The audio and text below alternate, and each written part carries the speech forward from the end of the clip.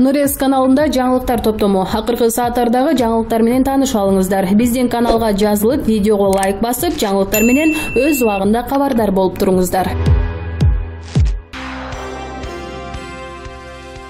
Коопсуз шаар долбоору 2019 жылдын 4-мартынан баштап иштей баштаган. Ушул жылдын башынан 24-декабрга чейин 896.283 жол эрежесин бузуу катталды. Бул тууралуу жол кыймылынын коопсуздугун камсыздоо башкы башкармалыгынан билдиришти.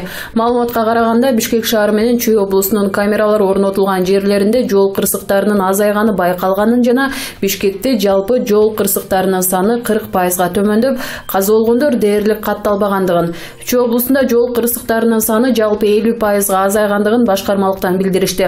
Ошондой эле эреже бузуулар боюнча 479.329 айдоочу айып пул төлөнүп, анын суммасы 572.564.635 сомду түзгөн.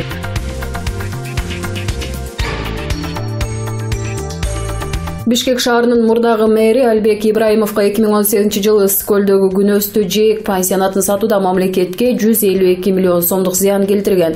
Дастан ишканасын жетектеп турганда $270 миң өлчөмүндө мыйзамсыз сыяк алган жана Бишкектин түштүгүндөгү 5 гектар жерди мыйзамсыз бөлүп берүүгө тиешеси бар деген айыптар коюлуп, кылмыш иштери козголгон. 1 жылдан ашык териштирүүлөрдөн кийин 23 декабрда Лелин райондук соту мурдагы мэр Албек Ибраимовду жазык кодексинин 303 беренеси коррупция, 171 беренеси ишенип берилген мүлктү ыйгарып алуу же төлөмдөр болуу, 166 беренеси алдамчылык, 320 беренеси сот адилеттигин же тергөөнү жүзөгө ашырууга байланыштуу коркутуу же зомбулук аракеттерди жасоо, 205 беренеси ишенип берилген мүлктү ыйгарып алуу же коротуу боюнча күнөөлүү деп таап, 15 жылга эркинен ажыратты. Тергөө маалында эки сажуу Атамбаевдин чачпагын көтөрүп жүрүп, Ибраимов кокосуна чейин байыганы маалым болгон. Соттун чечими менен Албек Ибраимов жана жубайы Айнура Ибраимовага катталган 147 жер тилкеси, 5 дачасы жана башка мүлктөр бүт бойдо мамлекетке конфискацияланды. 2014 жылкы B2511 AV номерлуу Toyota RAV4 унаасы 11-2004 жыл катталган. Мурас Тыйкан чарпасы Арашан айылы 28 ноябрь 2013 жыл катталган. Арашан айылындагы 5 дача үйү, Арашан айылындагы 147 жер тилкеси.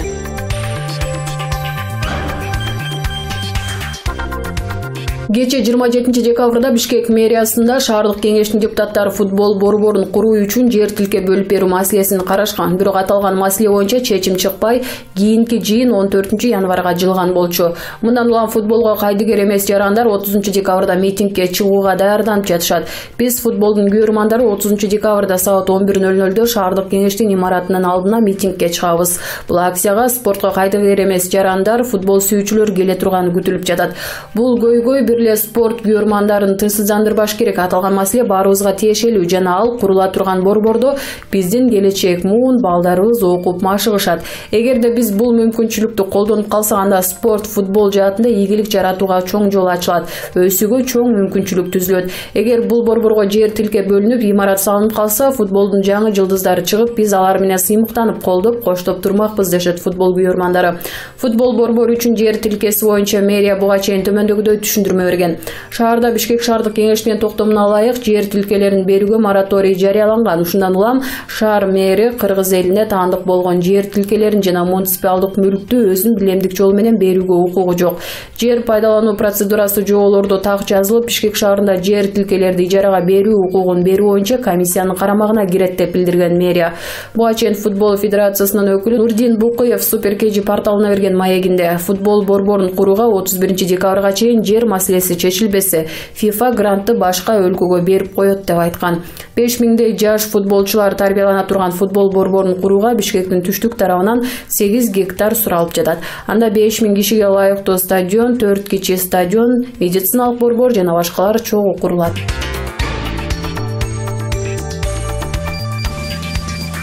Жаңы жыл майрамына карата Кыргыз-Кытай чегиндеги тоорук арт менен эркеч там өткөрүү пункттары убактылуу жабылат. Бул тууралуу мамлекеттик чек ара кызматы билдирди. Маалыматка ылайык, бекеттерде кыймылга 1 январь күнү чектөө киргизилери айтылат. Мындай аракет Кытай тараптын демилгеси менен ишке ашырылмакчы. Ал эми элди транспорт каражаттарын жана жүк өткөрүү 2 январда жанданат.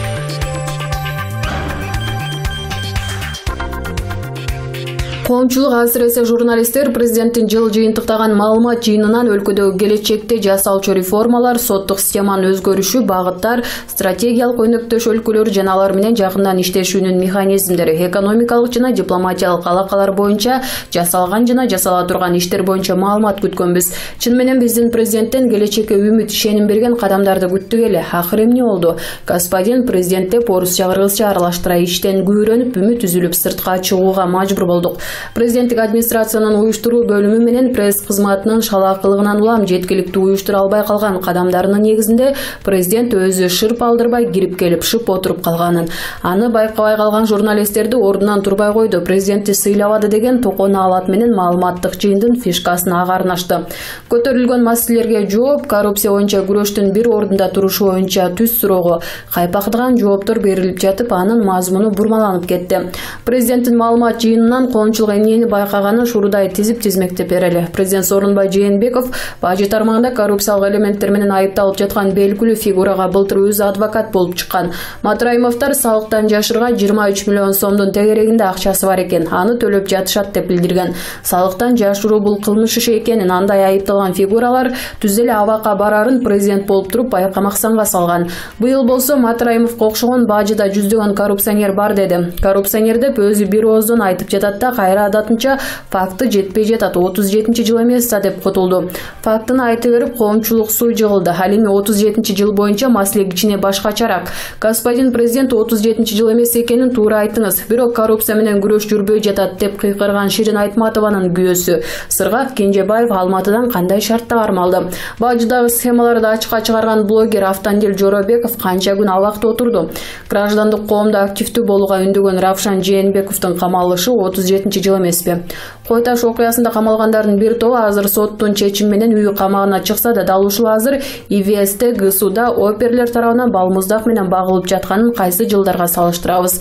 Экинчи жагдай. Адатынча господин президент факты жок деп адвокаттык кадамын жасады. Айтарга сөз, жазарга сүйлөм жок. Саясатчы Өмүрбек Текебаев дал ушул маалымат жыйыны боюнча пикирин билдирип, өкмөттүн ишин айтты деп айыптап гана тим болбой, бийликти басып алуучулук катары сыпаттады. Узурпация власти — бул өтө оор айып. Бул айып менен мурдагы ажоолор путевка алып, алды качып, арты абакта отурат. Азыркы господин президент өзүнө өзү айып жасап жаткан жокпу деген күмөн ой келбей койбойт. Соттук реформа боюнча дагы эле жыйынтыктуу бир майнап жок. Буга чейин соттордун улуттук кеңешинин биринчи жыйынында бизде сот системасынын реформаланганга саясий эрк да каражат да бар деген. Бүгүн анын бири жок. Кыйынчылыктар, тоскоолдуктар болуп жатат, реформа кашаң деди. Демек бул багытта жакынкы 3 жылда кыялданып кереги жок. Ал эми алдыдагы парламенттик шайлоо боюнча президент катары арбитр болуп калыс карайм дегенине ишенген коомчулукка эскерткибиз бар. Акаев да, Бакиев да, Атамбаев да шайлоону таза өткөрөм дечү. Эч бири элдин алдына чыгып алып, мен мыйзамды бузам, паланча, пастанча партияны өткөрөм деп айтпайт. Айткан эмес, ал эми ар бир шайлоо бурмаланып келген. Парламенттик шайлоо таза өтөт деген бул азыркы бийликтин кезектеги гана алдамчылыгы. Алмаз Темирбек уулу, Булак Фабула.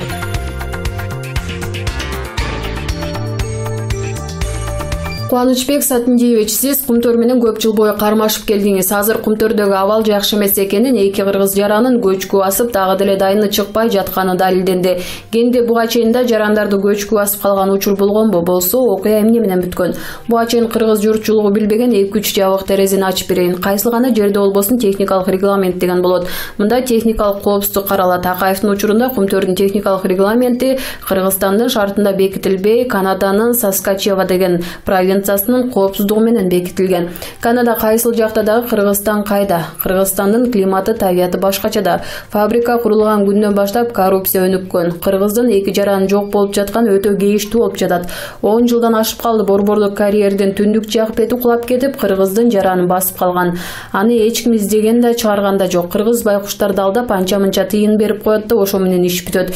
Бир тобу мал союлуп, Куран окутулуу менен эле бүтүп, компенсация маселелери ошол бойдон калып калууда. Чет мамлекетте ушундай жерде 66 киши каза болгон болсо, бул компанияны жок эле дегенде тизелетип коймок же банкротко алып келмек. Акыркы 10 жылдан бери бийлик ушул маселеге көңүл бөлбөй койду. Бул өкмөттүн түздөн-түз иши. Эмне үчүн өкмөт кыргыз алтынын ордуна өндүрүш ишканасын ачпайт? Канча киши жумуш орду менен камсыз болот эле? Ар бир райондордо тоо кендерибиз бар. Кеп бир эле алтын эмес, көмүрдү Жолдошбаевдер казбай мамлекет өзү казса болбойбу? Ошондо экологияга дагы мамлекеттик деңгээлде көңүл бурулмак.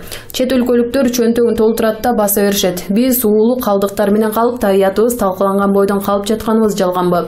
Эмне үчүн ушул күнгө чейин Кумтөрдөн баштап башка жерлерде жардыруу ыкмасын колдонуп жатышат? Ушундан миңдеген жылдар бою эч нерсе болбой турган аска зоолорубуз да жарака кетип жатат. Мөңгүлөрүбүз талкаланып, ээрип жок болууда. Атамбаев башында турган бийлик Кумтөргө мөңгүлөрдү талкалоого бекер уруксаат берди. Кыргыз байкуш 5 сотук жерин сугарса акча төлөйт. Канадалыктар ай сайын миллиондогон куб сууну колдонот да 1 тыйын төлөйт. Бул эмне деген жоопкерсиздик? Тик учак кулап, ичиндеги адамдар өлгөндө гана Кумтөр боюнча бир эле иш козголгон. Азырда жаап жашырылып жок кылышкан. Ар бир ишканада киши өлгөн болсо эмне болуп өлдү деп тергейт. Жетекчиси баш болуп баары түшүнүк жазышат. Ит өлүп калса деле эси эмне болуп өлдү деп карайт да. Биз мал эмеспиз го. Бюджет толбой калат деп эле баарына макул боло беребизби? Бир топ саясатчылар Кумтөрдү айтып келген. Бирок иш жүзүндө эмне иш кылышты? Кыргыз эли алтынсыз эле оокат кылган. Элибиздин келечеги, саламаттыгы, экологиясы алтындан кымбат. 16333 гектар жерди дагы өкмөт канадалыктарга бербеди беле. Ал жерде коруктун жери бар экени белгилүү болгон. Бул процесстин жүрүшү кандай болгон? Бул боюнча так маалымат бар. 2010 декабрь айында ооруканада жатсам, 2010 март айында жабык эшик артында Данияр Үсөнов өкмөттүн чогулушун өткөрбөй туруп 16333 гектар жерди токтомго кол коюп канадалыктарга берип салыптыр деген маалымат келип түштү. Ал жерде кызыл китепке кирген жерлер дагы бар. 2011 Атамбаев өкмөт башчы болуп турганда ушул маселе боюнча кат жаздым. 3-4 ай күттүм, жооп берген жок. Башкы поштаматка барып, буйрутма менен дагы кат жөнөттүм. Ага да жооп бербей койду. Премьер-министрден жооп албагандан кийин айласынан сотко бердим. Анда Атамбаев президент болуп, Бабанов өкмөт башчы болуп келип калды. Бабановдун өкмөтүнүн юридикалык бөлүмү Кумтөр мага каршы болуп турду. Эч нерсе өзгөрбөптүр. Мамлекеттин кызыкчылыгын ойлошсо башкача болмок деп ойлоп койгом. Карагулова деген судья ишти караган. Ага айланайын карындаш, мамлекеттин элдин кызыкчылыгын жогору кой. Өзүңүз дагы жакында көз жарат экенсиз, коркпоңуз, декретке кетип каласыз деп кайрылган. Соттун 3-чү отурумунда маселе биздин пайдага чечилди. Бирок өкмөт тескери болуп жатты. Айыл кеткенде парламенттин 40ка жакын депутатына материалдарды тараттым. Мени жогорку кеңешке киргиздирбей, жыйынга катыштырбаганга аракет кылышты. Курмантай Абдиев, Мыктыбек Абдылдаев баштаган бир топ депутаттар Исабековго сөз бергиле деп турушту. Депутаттар кысмакка ала баштаганда Бабанов айласы жок Данияр Үсөнов кол койгон токтомду жокко чыгарды. Бирок канадалыктар ал жерге жол салып, казып, табигатты бүлдүрүп жиберген. Жер кодексинде, салык кодексинде көрсөтүлгөн бир да тыйынды төлөбөй кетишти. Мындан сырткары салык бажы төлөмдөрүнөн бошотулган Борбордук аян 9070 гектар жерге бөлүнгөн нерсени ары жака алып барып, бир тыйынын төлөбөй колдонуп жиберишти. Жөнөкөй ишкер бажыда ката кетирип койсо, аны камап жатат. Канадалыктар миллиондогон долларлык мыйзам бузса дагы иш козголбойт. 16 миңден ашык гектар жер кайрадан берилбедиби? Азыркы өкмөт, азыркы жогорку кеңеш карады дагы кайра беришпедиби? Мурунку бийликтин туура эмес ишин кайра жок кылса, кайрадан ошону туура деп чыгышпадыбы? Андай болсо мурункуларды сындап эмне кылат? Кумтөрдөгү алтындын кору 1987 жылы аныкталып, 1989 жылы бекитилген. Ал жерде аныктаган геологдордун көзү тирүү. Өкмөт ошол кишилердин пикирин угуп койбой эле эмне үчүн бир гана тигил жактын кызыкчылыгын колдойт? Экономика чарбайышы, жер байлыктарын өкмөт чечет. Жешсе, ичсе, коррупцияга малынса да өкмөттүн башчылары анын үстүнөн караган президент малынат. Кумтөр 120 депутаттын ар бирине келип акча берип атыптырбы? Жок, 120 депутат желдет катары макулдугун гана берет. Жогорку кеңеш Кумтөрдөгү мөңгүлөрдүн талкаланышына макулдугун бербеди беле? Ошол окуя эки кыргыз жарандын дайынсыз болуп жатканына кесепети тийди деп ойлосок болобу? Сөз түрдө Кумтөр 1, Кумтөр 2 деген долбоор бар. Бизде 2009 жылы алтын чырын изилдеп Монголия, АКШга чейин барганбыз. Парламенттеги ар бир фракцияга кат жазып, бирден депутат бөлүнгөн. Коммунисттерден Бимайра Мамасеитова, КЗПдан Роза Отунбаева, Ак жолдон Сергей Ибрагимов, өкмөттүн Тышкы иштер министрлигинин кишилери кошулган. Ошондой эле биз барган кендерде жардыруу ыкмасы колдонулбай турганын көргөнбүз. Бизде жардыруу дагы деле колдонулуп, чаң кумдун баары асманга учуп, алар мөңгүнүн үстүнө түшүп, химикаттардын таасиринин кесепетинен мөңгү эрип атат. Центр ээлик кылган АКШдагы Рен кенине барганыбызда 730 метр жер астына кирип көрүп чыкканбыз. Роза Отунбаева коркпой кирген. Изилдеп барганыбызда бизди киргизбей жолотпой жүдө түшкөн. Рен кенинин жанында канадалык дагы бир Barrick Gold деген компания алтын казат экен. Алардын казганы биздин үлүшүбүз бар жерге келип калыптыр.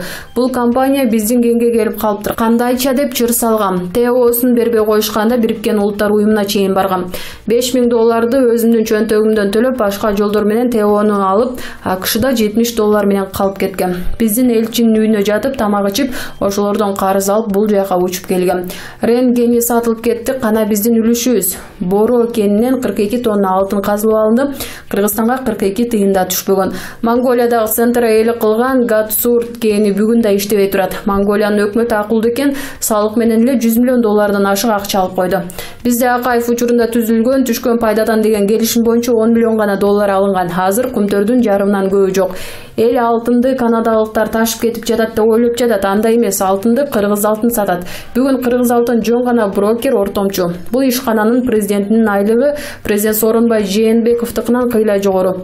Кыргыз алтын сатылган алтын күмүштүн пайызын алып олтурат. Акаевдин, Бакиевдин, Отунбаеванын, Атамбаевдин учурунда алтын бир гана орустардын Номас банкы аркылуу сатылган. Эмне үчүн Кыргызстандын банкы аркылуу сатылбайт? Эл билбеген көшөгөлөрдү ачып берейин деп сөз башында айттыңыз эле. Калың калайык билбеген кандай көшөгөлөрдү айтайын дедиңиз. Кыргызстандын тиешеси үлүшү болгон кендер башка мамлекеттерде дагы бар. Кайсыл мамлекеттерде? Канада, Түркия, Россиядагы Тывада алтын кендерде биздин мамлекеттин үлүшү бар.